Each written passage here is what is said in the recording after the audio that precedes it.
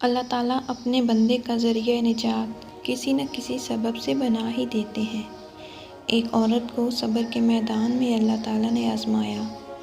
ہر سال اللہ تعالیٰ اسے اولاد نرینہ سے نوازتے، مگر چند ماہ بعد اس کے گلستان سے یہ پھول مرجھا جاتا، اس کی گود پھر خالی ہو جاتی۔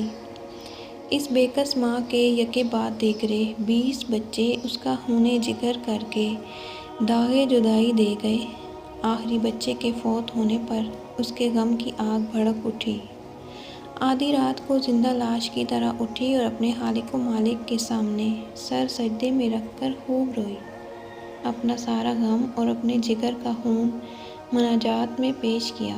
اے کون و مکان کے مالک، تیری اس گنہگار بندی سے کیا تقصیر ہوئی کہ سال میں 9 مہینے خون جگر دے کر اس بچے کی تکلیف اٹھاتی ہے۔ جب امید کا درخت پھل لاتا ہے تو صرف چند ماہ اس کی بہار دیکھنا نصیب ہوتی ہے۔ میرے باغ میں 20 پھول کھلے، مگر میں نے سیر ہو کر ایک کی بھی دید نہ کی۔ آئے دن مجھے غم کی ہول لگی رہتی ہے، میرا کوئی بچہ پروان نہ چڑھا۔ اے دکھی دلوں کے بھید جاننے والے، مجھ بے نوا پر اپنا لطف و کرم فرما۔ دکھ درد کی ماری روتے روتے اونگ آ گئی۔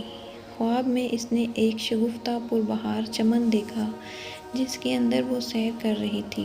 سونے اور چاندی کے اینٹوں سے بنا ایک محل اسے نظر آیا جس کے اوپر اس عورت کا نام لکھا ہوا تھا۔ باغات اور تجلیات سے یہ عورت خوش اور بے خود ہو گئی، اور محل کے اندر جا کر اس عورت نے دیکھا کہ اس میں ہر طرح کی نعمتیں موجود ہیں۔ اسے وہاں اپنے سب کھوئے ہوئے بچے مل گئے جو اسے دیکھ کر کھلکھلا کر ہنس پڑے۔ پھر اس نے ایک محبت بھری آواز سنی کہ تو نے جو بچوں کے مرنے پر صبر کیا، یہ اس کا اجر ہے۔ خوشی کی اس لہر میں اس کی آنکھ کھل گئی۔ جب وہ خواب سے بیدار ہوئی تو اس کا تمام ملال جاتا رہا۔ اس عورت نے مالک کی حقیقی کی بارگاہ بے کس پناہ میں بھیگی ہوئی آنکھوں سے عرض کیا، الہی، اب اگر اس سے بھی زیادہ تو میرا خون بہا دے تو میں راضی ہوں۔ اب اگر تو مجھے سینکڑوں سال بھی اسی طرح رکھے جس طرح میں اب ہوں تو کچھ غم نہیں۔ یہ انعامات تو میرے صبر سے کہیں زیادہ ہیں۔